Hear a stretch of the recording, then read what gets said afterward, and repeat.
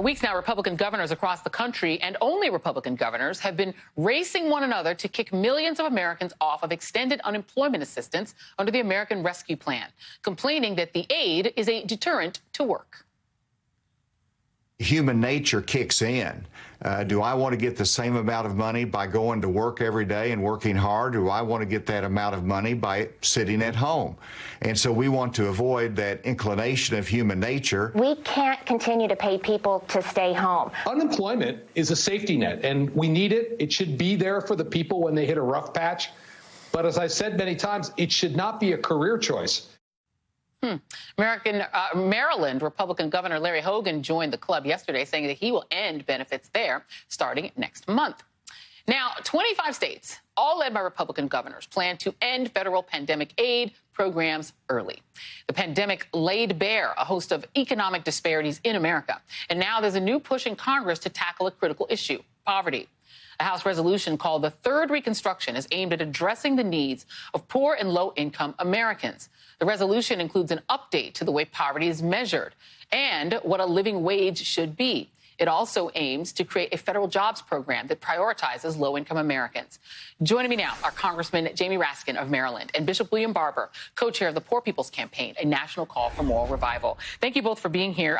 And Congressman Raskin, I want to start with you first. Please explain what it is that you all are trying to do, and do you think it's something that can actually pass, not so much the House, but the Senate and become law? Well, whether anything can pass the Senate is anybody's guess at this point. I think one of these bills, whether it's gun safety or H.R. 1 and voting rights or the John Lewis Voting Rights Act or the Third Reconstruction legislation, one of them is going to be the straw that breaks the camel's back. And we will have to get through the filibuster. So, look, you know, America is coming back because Joe Biden and Kamala Harris are leading us in making a real investment in the American people. But we've got to rectify some serious inequalities and injustices that have grown up during the Trump period and from before that. And the way forward for America has always been Reconstruction.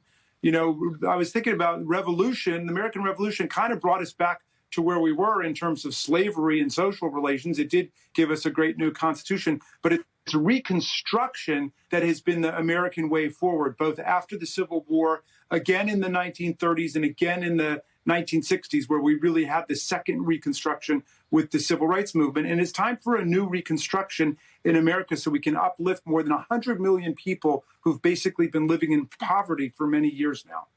Yeah, if only we could stop doing that redemption part that usually comes afterwards. Bishop Barber, you know, there is a study in the New York Times talked about that it found that the stimulus checks, the checks that, you know, were the first thing that the Biden administration was able to get through. A new analysis of at the Census Bureau argues that the two latest rounds of aid significantly improved Americans' ability to buy food, to pay household bills. It reduced anxiety and depression, with the largest benefits going to the poorest households and those with children. That's actually unusual in American legislation. So that happened. What do we need to do next and make that sustainable? Yeah. Well, Joe, and that's the key, sustainable, because we know it works, because every time we do it, it works. So the bottom line, what this resolution is saying is the congresspersons are finally taking up the agenda of the movement. And the Poor People's Campaign agenda is we must have the resolve. There's not a scarcity of money or scarcity of ideas. The scarcity is in political consciousness and social will. So we need first things like that permanent. We need to change how we measure poverty. We need a living wage of at least 15 that will address the 32 million people who work for less than a living wage. We need an infrastructure that targets poor and low wealth community. We need health care for all. We need full and protected and expanded voting rights, because all of these things are connected, and we need them made permanent. We need to use the tax code to address poverty with earned income tax credit and child tax credit, but these have to be a part of a full reconstruction. You can't do a little piece here and a little piece there and wait another 20 years. We got 140 million people living in poverty and low wealth before COVID. 8 million more went into poverty after COVID. Billionaires made $2 trillion. Poor folk got sick the most, died the most, but have gotten the least out of the recovery. This is a wake-up call. And you know, can it pass? No, without a movement, without us doing massive movements and having voting rights. That's why on June 7th, we're going to be in 47 states in front of House members' offices June 21st, we're launching a mass assembly of poor people, low-wage workers. And, Joy, lastly, we are calling for 365 days of mobilizing toward June of 2022 for a mass poor people's assembly, low-wage workers moral march on Washington. We are not going back on this because we're talking about 43% of the American public and 30% of the American electorate that are poor and low wealth. But, and Congressman Raskin, the Republican Party that people like Joe Manchin and Kristen Sinema say they want to work with, they won't even investigate the insurrection. They don't care that our government was attacked. I don't understand how you do anything with them still there. And I don't know. What are your comments as somebody who's been an impeachment manager who's dealt with this? They aren't going to move on voting rights. They just aren't. Well, the Republican Party is a minority party, and it's a shrinking party, and they understand that. And so their recipe for survival is voter suppression and disenfranchisement of as many people outside of the Republican Party as possible, which is why we see more than 360 bills across the country to end early voting, to end weekend voting in Georgia, to make it a felony crime punishable by a year in jail for passing somebody a bottle of water who's waiting to vote. That is the Republican strategy. And, Tocqueville said in Democracy in America, he noticed that in America, democracy is always either growing and expanding or it's shrinking and it's shriveling away. And now we've got one party, which is all about the strategic reduction of participation in voting. And I hope another party driven by this great movement that Reverend Barber is leading to expand democracy and to make it work for the people. In a democracy, the government has got to be an instrument for the common good, the common man, and the common woman.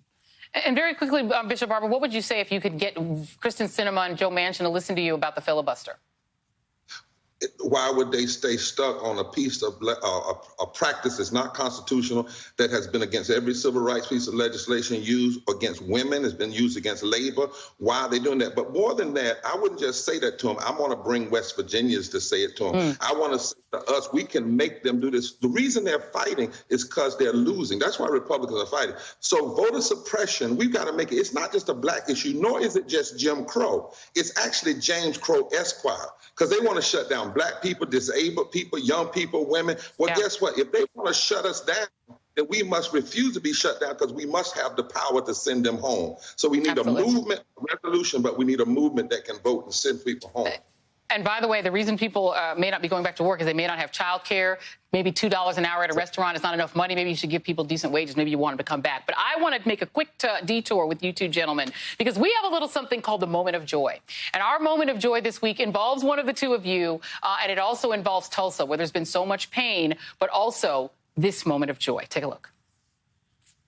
Turn me around. I'm gonna keep on walking, keep on talking, walking up the freedom way. Ain't gonna let no racism turn me around. Oh, turn me around. Oh, Survivors are amazing. Thank you, Congressman Jamie Raskin and Bishop William Barber. Thank you both very much. That is tonight's Reid.